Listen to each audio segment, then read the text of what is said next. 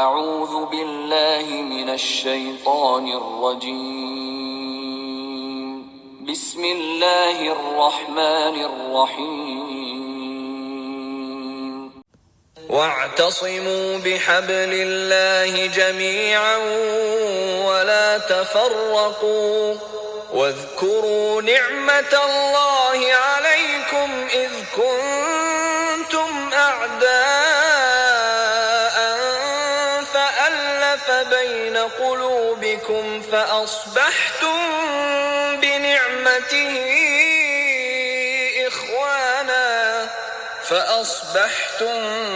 بنعمته إخوانا وكنتم على شفا حفرة من النار فأنقذكم منها كذلك يبين الله لكم آياته لعلكم تهتدون.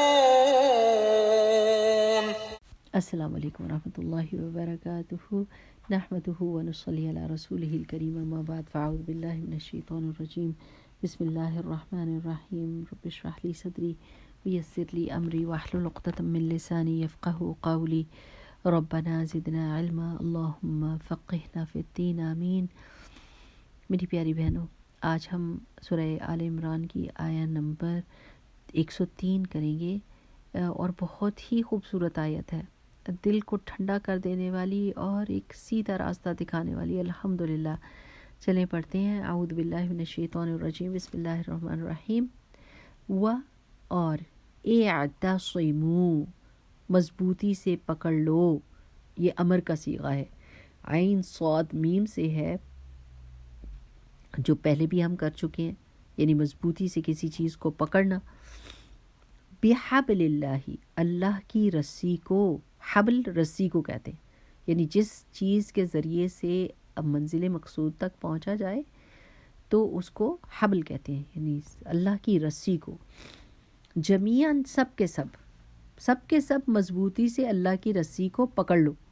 ولا، اور نہ تفرقو، آپس میں فرقہ بازی کرو، تفرقہ بازی کرو، ٹکڑے ٹکڑے نہ ہو جانا. فارا قاف جو ہے نا، فرق یفرق تفریق کہتے ہیں، ٹوٹ پھوٹ جانا یعنی علیحدہ ہو جانا. تفریق کیا ہوتی ہے؟ پھٹنا اور کٹ کے علیحدہ ہو جانا. اور جو عربی کے بیچ میں فا سے ورڈز بنتے ہیں نا، ان میں پھٹنے، کٹنے اور جدا ہونے کا میننگ پایا جاتا ہے.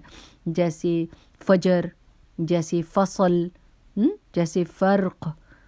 تو یہ سب فا سے شروع ہوتی ہے نا چیزیں، تو یہ پھٹنے، کٹنے، علیحدہ ہونے کا معنی دیتے ہیں. تو کٹ پھٹ کے ایک دوسرے سے جدا نہ ہو جانا، تفرقہ بازی نہ کرنا، فرقے نہ بنا لینا. وَاذْكُرُوا، اور یاد کرو، نعمت اللہ، اللہ کی نعمت کو. علیکم، جو تمہارے اوپر ہے. علا اور کم دونوں مل کے علیکم بن گیا. ٹھیک ہے. اذ، جب، کن تم تھے تم، اعداءً، عدو کی جمع ہے، عین دال واو اس کا روٹ لیٹر ہے. دشمن، جب تھے تم دشمن. پھر الفا، الفا یؤلف، تالیف کہتے ہیں محبت پیدا کر دینا. ٹھیک ہے نا، ہم کہتے ہیں نا الفت، وہ یہ اسی سے ہے. فالفا، تو محبت پیدا کر دی، الفت پیدا کر دی. بینا، درمیان، قلوبکم، تمہارے دلوں کے. قلوب قلب کی جمع ہے. فاصبحتم، تو ہو گئے تم. اصبح صاد با ہا سے ہے، اور صبح کو جو کام کیا جاتا ہے وہ پورا ہو جاتا ہے نا، تو پھر اسی لیے اس میں ہو جانے کا معنی پایا جاتا ہے. یعنی اس کو اشارتاً، کنایتاً، یہ مطلب اس کا لیا جاتا ہے. جب اصبح کہتے ہیں نا تو ہو جانا. فاصبحتم، تو ہو گئے تم. بنعمتہ، اس کی نعمت کے ساتھ. کس کی نعمت کے ساتھ؟ اللہ سبحانہ وتعالی کی نعمت کے ساتھ. اخوانا، بھائی بھائی. وکنتم، اور تھے تم. علی، اوپر. شفا، کنارے کے. حفرتن، گڑھے کے. من النار، آگ کے. کسی آگ کے گڑھے کے کنارے کھڑے تھے تم. جب کوئی کنارے پہ کھڑا ہوتا ہے تو بہت ڈیفیکلٹ حالت ہوتی ہے نا، بڑا خطرناک بات ہوتی ہے. تو وہاں کھڑے تھے. فَأَنْقَذَكُمْ نَقَذَ اس کا روٹ لیٹر ہے نون قاف دال. تو بچا لیا اس نے تم کو منہا اس سے. کس نے بچا لیا؟ اللہ سبحانہ و تعالیٰ نے. کذالک اسی طرح یبین وہ بیان کرتا ہے. کون بیان کرتا ہے؟ اللہ. لکم تمہارے لیے آیات ہی اپنی آیات کو. حمزہ یا اس کا روٹ لیٹر ہے. لعلکم شاید کہ تم تہتدون تم ہدایت پا جاؤ. ہا دال یا سے ہے اس میں. ٹھیک. اچھا اب ہم اس کی تفسیر دیکھتے ہیں کہ اللہ سبحانہ و تعالیٰ کیا کہہ رہے ہیں. اور آپ دیکھیے کہ صحابہ کرام کی آپس میں محبت اور الفت کی بات ہو رہی ہے یہاں پر. اور پھر اول تو ہم اس کو کانٹیکس کے طور پہ لیتے ہیں کہ یہ کس کانٹیکس میں اتری صحابہ کے لیے, اور پھر سب کے سب مسلم امہ کے لیے ہے کہ وَاعْتَصِمُوا مضبوطی سے پکڑ لو بِحَبْلِ اللَّهِ اللہ تعالیٰ کی رسی کو. اور اللہ کی رسی کیا چیز ہے؟ القرآن ہوا حبل اللہ المتین وہوا ذکر الحکیم. وہ قرآن وہی اللہ کی رسی ہے مضبوط, اور وہ ذکر ہے اور وہ حکمت والا ہے. تو اللہ سبحانہ و تعالیٰ کی رسی کو پکڑنا یعنی القرآن کو پکڑ کے رکھنا. اور قرآن ہمیں کیا بتاتا ہے؟ ہمارا دین, ہمارے اللہ سبحانہ و تعالیٰ کے بارے میں, اللہ تعالیٰ کی شان کے بارے میں, اللہ سبحانہ و تعالیٰ کے فیصلوں کے بارے میں, ہمارے ایمان کے ارکان کے بارے میں, ہمارے اسلام کے پلرز کے بارے میں. ہمیں پاسٹ کی خبریں دیتا ہے کہ جو لوگ ایروگنٹ تھے ان کا کیا حشر ہوا, جو اللہ تعالیٰ کے آگے عاجز تھے, اس کے فرما بردار تھے, ان قوموں کے ساتھ کیا اللہ سبحانہ و تعالیٰ نے کیا. اور فیوچر کی خبریں بھی اللہ سبحانہ و تعالیٰ قرآن پاک میں دیتے ہیں. یہ اللہ تعالیٰ کی یہ حبل اللہ ہے, یہ اللہ کی رسی ہے, اللہ کا دین, اسلام, کتاب اللہ تعالیٰ کی. ان کو مضبوطی سے پکڑ کے اگر ہم نے قرآن کو مضبوطی سے پکڑا میری پیاری بہنوں, اور اس سے اپنے تعلق کو جوڑا رکھا, تو اللہ سبحانہ تعالیٰ کا ساتھ ہمارے ساتھ رہے گا. ابھی کل میں مسجد میں گئی, اور آپ کو پتہ ہے کہ آج کل فلسطین میں بہت ظلم ہو رہا ہے. تو میرے ساتھ جو عورت تھی وہ سیریا سے تھی, اور وہ مسلسل رو رہی تھی اور مسلسل قرآن پڑھ رہی تھی. وہ حافظ قرآن تھی اور مسلسل قرآن پڑھ رہی تھی, بس کچھ اس کی زبان پہ نہیں تھا, اور وہ اپنے حال میں تھی. اس نے آنکھیں بند کی ہوئی تھی اور قرآن کی تلاوت مسلسل کرتی جا رہی تھی اور ساتھ ساتھ روتی جا رہی تھی. تو میں یہ سوچ رہی تھی کہ اللہ سبحانہ تعالیٰ کے کلام کتنا دل کو سکون دیتا ہے, کتنا توکل دیتا ہے, کتنا ہمت بڑھاتا ہے ہمارے دلوں کی کہ اللہ ہے. اور یہ دنیا جو ہے نا یہ فانی ہے, اس میں ہمیشہ ہم نے نہیں رہنا, اس کی چیزیں ہمیشہ نہیں ہمارے ساتھ رہنی. ان چیزوں نے بھی چلے جانا ہے, ہم نے بھی چلے جانا ہے. تو پھر کس کے ساتھ تعلق ہم مضبوط جوڑیں؟ دنیا کے ساتھ جو فانی ہے. جب ہم قبر میں جائیں گے تو سب کی سب دنیا باہر رہ جائے گی اور ہم اکیلے ہوں گے. اس سے محبت ڈالیں اپنی, اس کو مضبوطی سے پکڑیں, یا پھر اللہ سبحانہ و تعالیٰ کی رسی کو مضبوطی سے پکڑیں. میرا آپ سے اور اپنے آپ سے یہ سوال ہے, آپ مجھے جواب دیں کہ کس چیز سے ہمارا تعلق زیادہ مضبوط ہونا چاہیے, کس چیز کو سمجھنے کے لیے ہم کو کوشش کرنی چاہیے, کس چیز کے لیے ہم کو اپنا ٹائم انویسٹ کرنا چاہیے. اب یقین کریں کہ میں پاکستان گئی ہوں اور میرا دل آٹھ آزور ہوتا ہے کہ کوئی بڑا مقصد نہیں ہے عورتوں کی زندگی میں, کوئی بڑا مقصد نہیں ہے سوائے اس کے کہ ماسیاں گھروں میں آئیں اور وہ گھر کا کام کریں, اور گھر والے ان سے کام کرا کے سمجھتے ہیں کہ بہت بڑا کام انہوں نے کر لیا, اور گھنٹوں کھانے کی سوچیں اور کھانوں کے اوپر یعنی فوکس, اور کوئی سیریس گفتگو نہیں, کوئی سیریس کوشش نہیں, بس ادھر ادھر کی باتیں, ادھر سے ایک چیز سن لی, ادھر سے کوئی قرآن کے بیچ میں ٹائم انویسٹ کرنے کو تیار نہیں, اور کوئی اس بات کو سننے کے لیے تیار نہیں کہ قرآن کے بیچ میں ٹائم انویسٹ کرنا ہے. سننا بھی نہیں چاہتے, ایک دم بکھر جاتے ہیں کہ یہ شاید کوئی ایسی چیز ہے جس کے پیچھے کوئی ایجنڈا ہے کہ کوئی کہہ رہا ہے کہ قرآن پڑھو. کیا قرآن پڑھنے کی بات اگر کوئی کرتا ہے کہ ایک دفعہ تو اس کتاب کو شروع سے لے کے آخر تک کسی سے سن لیں, کیونکہ سننے سے دل کے اوپر اثر ہوتا ہے, پڑھنے سے نہیں. قرآن جب آیا تھا تو جبرائیل علیہ السلام نے سنایا تھا رسول اللہ صلی اللہ علیہ وسلم کو, رسول اللہ صلی اللہ علیہ وسلم نے صحابہ کو سنایا تھا. تو سننا جو ہے وہ یہ ہدایت کی کھڑکی ہوتی ہے جو سیدھے دل کی طرف جاتی ہے.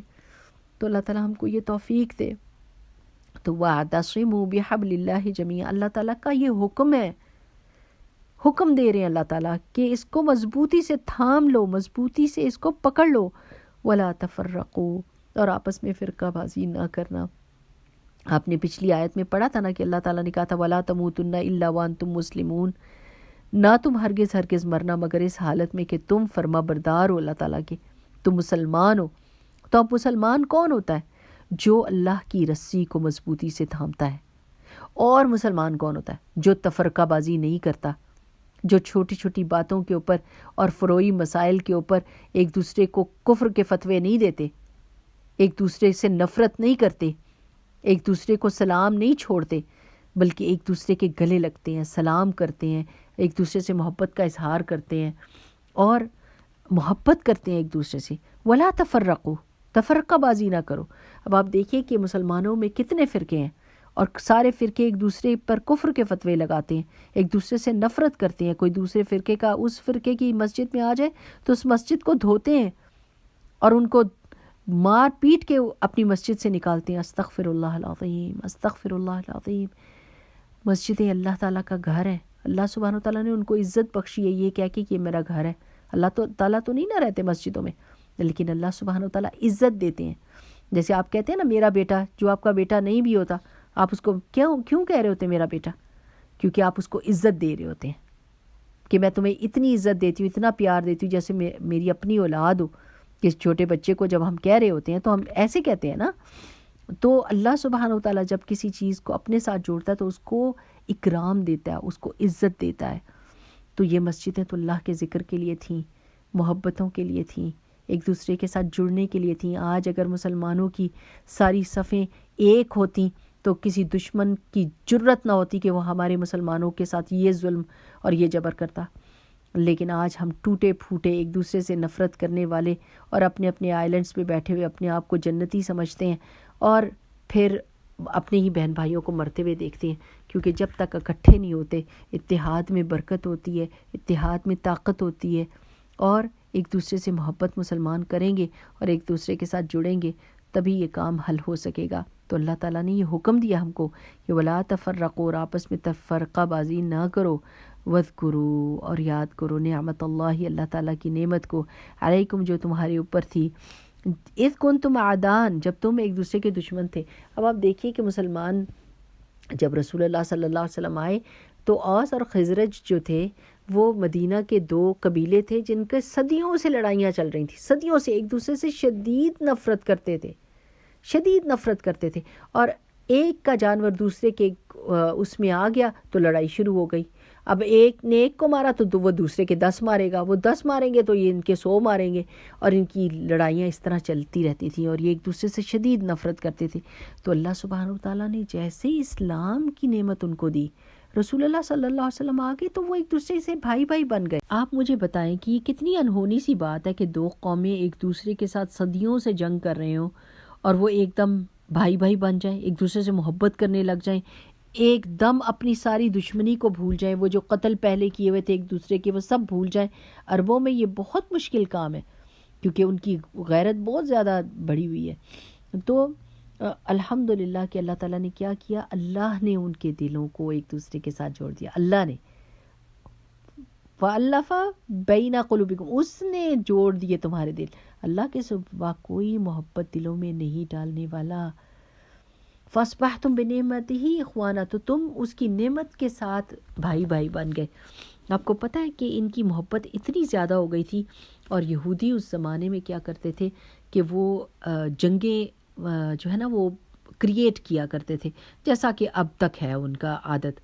تو ان کو اتنا برا لگا تھا کہ ان میں سے ایک یہودی نے ایسے کہا تھا کہ جاؤ یہ دونوں اوس اور خزرج کی مسلمان جو ہیں اکٹھے بیٹھے ہوئے تو ان کے درمیان میں پرانے شعر پڑھنے لگ جاؤ ان کی لڑائیوں اور جنگوں کے. تو جب انہوں نے وہ شعر پڑھنے لگے تو ایک دم ان دونوں طرف کے لوگوں کو اپنی اپنی یاد آ گئی اور وہ بھی پڑھنے لگے اور وہ قریب تھا کہ ایک دوسرے سے لڑ پڑتے، اور کسی نے جا کے رسول اللہ صلی اللہ علیہ وسلم کو بتا دیا، اور رسول اللہ صلی اللہ علیہ وسلم آئے اور انہوں نے ان کو کہا کہ میں تمہارے بیچ میں موجود ہوں اور تم پھر جاہلیت کی پکارتے ہو. تو وہ رونے لگ گئے اور انہوں نے ایک دوسرے کو گلے لگایا، اور ان کو سمجھ آ گئی کہ کوئی ان کو آپس میں لڑانے کی کوشش کر رہا تھا. تو اللہ سبحانہ و تعالیٰ نے ان کے دل جوڑ دیے. وَكُنْتُمْ عَلَى شَفَا حُفْرَةٍ مِّنَ النَّارِ، آگ کے گڑھے کے اوپر تھے تم، یعنی نقصان ہی نقصان تھا ان کا، ایک دوسرے کو قتل و غارت کر کے، ایک دوسرے کو مار کر، دنیا آخرت کا نقصان ہی تھا نا. جب کوئی آگ کے کنارے آگ کا بھرا ہوا گڑھا ہو اور اس کے کنارے پر کھڑا ہو تو بہت ممکن ہے کہ وہ اس کے بیچ میں گر جائے. تو اللہ تعالیٰ نے کیا کیا؟ فَأَنْقَذَكُم مِّنْهَا، اللہ تعالیٰ نے اس سے تم کو بچا لیا اور دنیا اور آخرت کی بھلائیاں تم کو عطا کی. كَذَلِكَ يُبَيِّنُ اللَّهُ لَكُمْ آيَاتِهِ لَعَلَّكُمْ تَهْتَدُونَ. اس طرح اللہ تعالیٰ اپنی آیات کو تمہارے آگے بیان کرتا ہے، کھول کر رکھ دیتا ہے تاکہ تم ہدایت پا جاؤ. اب میری پیاری بہنوں، اس میں دیکھنے کی کیا بات ہے اور سیکھنے کی کیا بات ہے اس آیت میں؟ ایک تو یہ کہ اللہ سبحانہ و تعالیٰ کے کلام کے ساتھ ہمارا جڑنا بہت ضروری ہے. ہماری سیریس ایفرٹ کہ ہم قرآن کو سمجھیں، اس پر عمل کریں، ایک دوسرے کو انکریج کریں. اب آپ پڑھ رہی ہیں تو آپ کتنے لوگوں کو بتا سکتی ہیں کہ میں ایک ایک آیت کر کے پڑھتی ہوں، مجھے کتنی ساری قرآن کی آیات سمجھ آ گئی، آ جائیں آپ بھی پڑھنے لگ جائیں. یا پھر آپ اپنا گروپ شروع کر سکتی ہیں اور پہلی آڈیو سے لے کے ایک ایک آڈیو جیسے آپ کو بھیجی گئی آپ کسی اور کو بھیج سکتی ہیں، تاکہ آپ کے ذریعے سے کوئی اور چراغ جل جائے، کسی اور کی زندگی میں بہار آ جائے قرآن کی.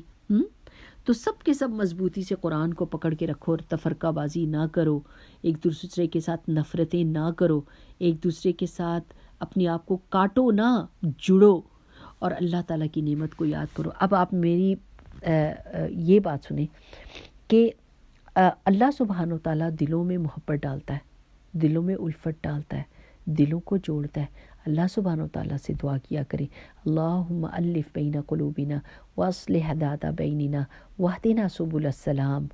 یہ دعا بہت پیاری ہے. اللہ تعالیٰ ہمارے دلوں کو جوڑ دے، محبت پیدا کر دے، الفت پیدا کر دے، ہمارے آپس میں حالات کو درست کر دے اور ہمیں سلامتی کے راستے کی طرف لے کر جا.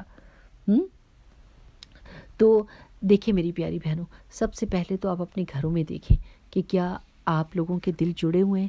جس گھر میں لوگ ایک دوسرے سے محبت کرتے ہیں اور ایک دوسرے کی عزت کرتے ہیں، وہاں سے کنسٹرکٹیو کام شروع ہوتا ہے. لیکن جس گھر کے اندر نفرتیں ہوں، لوگ ایک دوسرے سے کترائیں، ایک دوسرے کو برا سمجھیں اور تانے مارے ایک دوسرے کو، وہاں کوئی کنسٹرکٹیو کام نہیں ہوتا. وہ ایسا ہوتا ہے جیسے خانہ جنگی والا ملک ہو. خانہ جنگی جس ملک میں ہو رہی ہوتی ہے اس میں کوئی ترقی نہیں ہو سکتی، کوئی انڈسٹری نہیں بن سکتی، کوئی اسکولوں میں ترقی نہیں ہو سکتی، یعنی وہ ٹوٹ پھوٹ جاتا ہے. تو ایسے ہی گھر بھی ہوتے ہیں کہ جب ان میں آپس میں محبت نہیں ہوتی تو پھر وہ ٹوٹ پھوٹ جاتے ہیں. اچھا تو کیا طریقہ ہے آپس میں محبت پیدا کرنے کا؟ کون سا طریقہ ہو سکتا ہے؟ جب اللہ سبحانہ و تعالیٰ کی فرما برداری اختیار کریں، اللہ کے لیے لوگوں کو معاف کرنا سیکھیں، اللہ سبحانہ و تعالیٰ سے دعاؤں کی کثرت کریں، تہجد پڑھیں، ایک دوسرے کے لیے دعا کریں ہدایت کی، اور اللہ تعالیٰ سے یہ مانگیں کہ اللہ سبحانہ و تعالیٰ ہمارے دلوں کو جوڑ دے اور ہمارے گھر میں اصلاح پیدا کر دے، سکون دے دے، تاکہ ہم اور کنسٹرکٹیو کام کر سکتے اور کوئی تعمیری کام کر سکے. اور یہ جو ہوتا ہے تفرقہ بازی، یہ تو آگ کا گڑھا ہوتا ہے نا. اور اس سے ہم کو بچا کون سکتا ہے؟ صرف اور صرف اللہ سبحانہ و تعالیٰ، صرف اور صرف اللہ سبحانہ و تعالیٰ. کبھی بھی کسی کلمہ گو کو کفر کا فتویٰ نہ لگائیں. اپنی طرف سے بیٹھ کے باتیں کر کے یہ نہ سمجھیں کہ آپ نے بہت بڑی باتیں کر لی. آج کل لوگوں کے منہ بہت کھل گئے ہیں اور لوگ خود اتنے بڑے بڑے گناہ کر رہے ہوتے ہیں اور ایسی حالت میں بیٹھے ہوتے ہیں کہ اللہ سبحانہ و تعالیٰ ان سے ناراض ہو، لیکن دوسروں کو کفر کے فتوے دے رہے ہوتے ہیں. کبھی بھی اپنے منہ سے کوئی ایسی بات نہ کہیں جو ایسا نہ ہو کہ اللہ سبحانہ و تعالیٰ دوسرا بندہ اللہ کا ولی ہو اور اس کی ہماری خدا نخواستہ پکڑ ہو جائے اس بات پر.